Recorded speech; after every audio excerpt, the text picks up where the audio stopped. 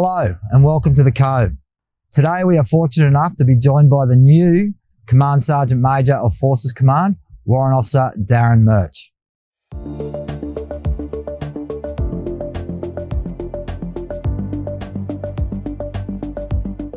When I was at school, I was quite ordinary at writing.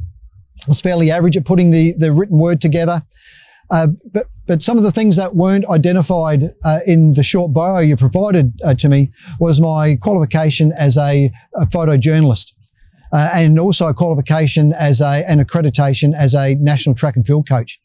It's during those early development stages of my career when I was about a sergeant and warrant officer class 2 where I learnt the value of engaging with people, communicating, whether that be through physical display of technique or through the written word to make a point, to highlight it, because each of us learn in different ways.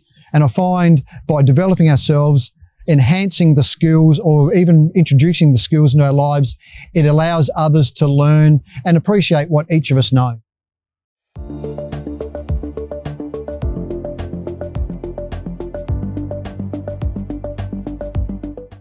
I was lucky enough to be selected to study at the United States Army Sergeant Major Academy. It was during this assignment that I learnt the value of education by mixing with the student body and faculty that all had degrees and masters, and I found there was a pointed difference with the way they thought and communicated and the way I did. It was from then that I decided that I should study. So I went down the tertiary line as a way to really expand my thoughts and to be able to think critically.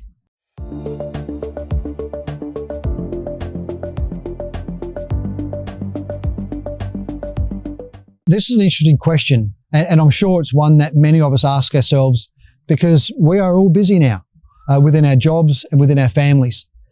And when I look back and think, could have I started earlier? The answer is probably yes. But in reality, when we all have young families, we go through many postings every 2 and 3 years, that's probably not practically a wise thing to do in order to create some balance in our lives. When I was a sergeant and warrant officer class 2, I actually studied as a photojournalist and got qualification in that and had great joy taking images and also writing about those images. As it plays out in time, when I move into my tertiary education, that groundwork has allowed me to expand my ability to be able to write in the academic form. Additionally, being a track and field coach, I found that I needed to be able to engage in different mediums. So this really allowed me to turn my military skills of instruction into a way that children from the age of 10 through to 19 and their parents were able to understand, so I could take their children through a learning journey. Bringing that together as I've moved into the more senior ranks has allowed me to understand how a military should train. So I found the benefit of being able to integrate what I've known as a young soldier, what I've learnt along the path into the role that I'm in now.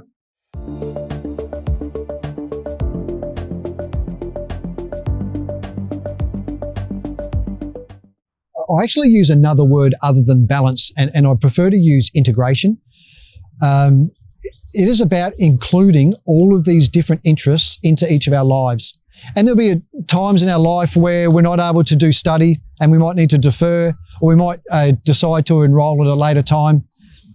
But each of us knows when is the right time to take on some extra activity within our lives. And it's important that we listen to the needs of our families. We'll listen to the needs and requirements of our job, because those two things are essential in this. And anything that makes us better thereafter is what we need to integrate into our lives. If something is important to you, you will make time. So that's undeniable. That is a human factor. If it's important to you, you'll make time. When it comes to balancing or integrating it, it's a matter of when, and only you can answer that.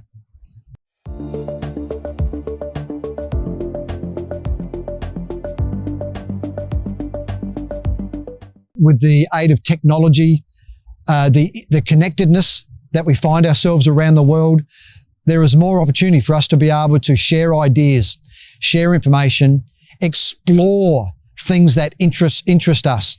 And that's the whole idea of adult learning. It's not the fact about teaching adults, it's the fact that adults learn in different ways. And there's a form of study that's known as pedagogy. And what that encourages people to do is find what is important and interesting to you.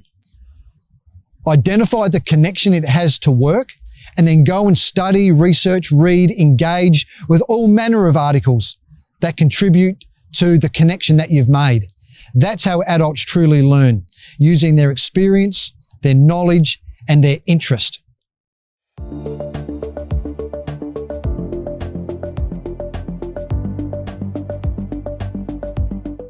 Professional military education and professional development do have some linkages, although there are subtle differences in there.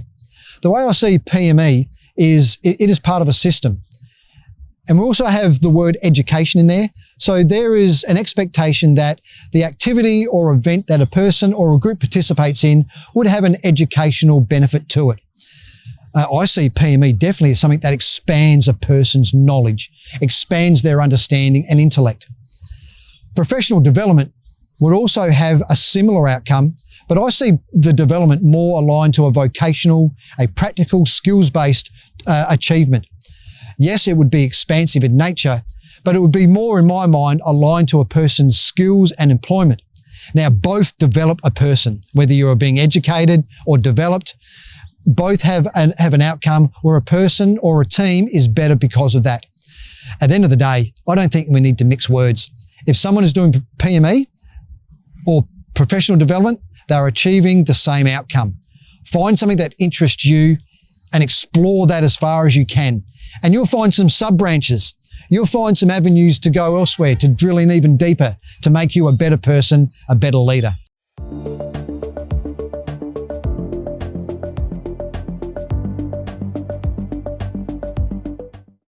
Thanks to the Ryan Review, Army's been energised to find its way into PME. I think prior to the review, professional military education or even professional development was fairly ad hoc. I think in the days that I grew up as a junior NCO, it was probably classified as junior NCO training. Now there's certainly still a place for that level of training, and I think it would fit well within professional development. But having that brought into the umbrella under the Ryan Review and encapsulated within professional military education, it now identifies several branches that we can follow. So we can develop people in the particular area that they need their strengths or weaknesses identified and developed. But Australian Army and the Defence Force, I think, is in a far better place with all the platforms we have.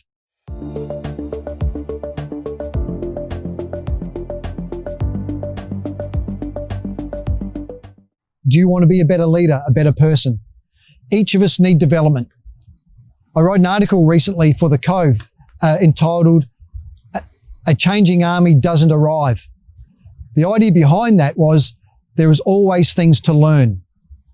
Change is essential in our lives for us to be better. And PME and professional development provides us the opportunity to improve ourselves, to find some other things that we can be better at, whether it be skills-based or intellectual.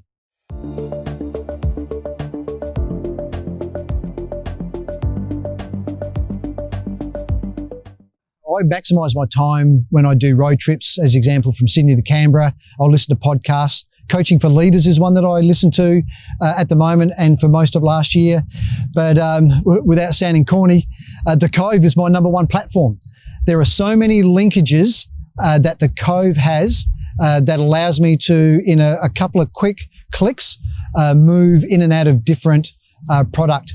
And I note that the Cove is also on Spotify. So now the accessibility of that really makes it easy for me to maximise my time.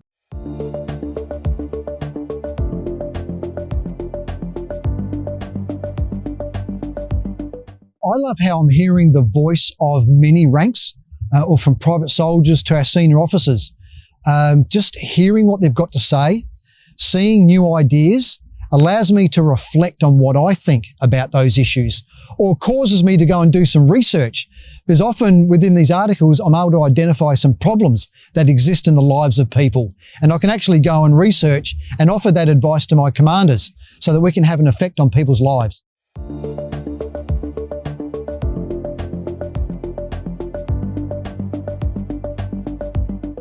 I don't have a favourite article, but what I will say, I thought it was a great initiative of having the Cove essay competition last year.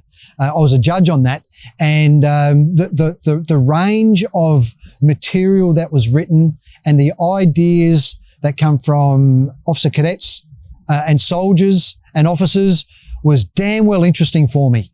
And I thank those people for their contributions, and I really do encourage people to contribute to the essay competition this year.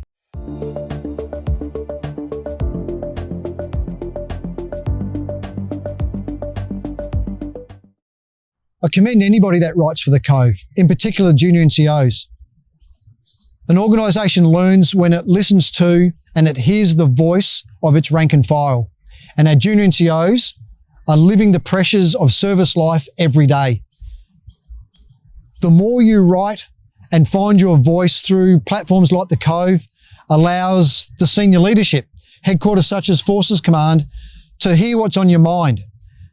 That's where innovation comes from. People thinking about things that are of interest to them, where they find a shortfall or a gap in the organisation or within capability, and then write about it. But many people, particularly those that aren't experienced in writing, it's fairly daunting. You've got your peers that you might be able to share your article with. You can use your chain of command. You can use education officers if you like. You have WO1 Warrant Officer Grigg, who can give you some direction on what's required of the Cove, because it's important that we tailor it to what the platform requires. If you want to use me, I've written several times for the Cove. If you want to shoot me an article, I can give you some insight on the way to put that together. Importantly though, it's about sharing ideas. Whoever you use, I encourage you to do that. Now for junior NCOs, another good tip is just to write 200 words. Focus on one point, one idea, 200 words, and then float that amongst your peer group or your trusted sources. You might have a mentor you choose to use. A mentor is a very handy person, a tool to use to guide you through your career. For senior NCOs, I challenge you, you should be looking at 500 words. You can get a couple of ideas out in that amount of writing so that you can bring those thoughts together and it become a coherent message so others can learn from your views.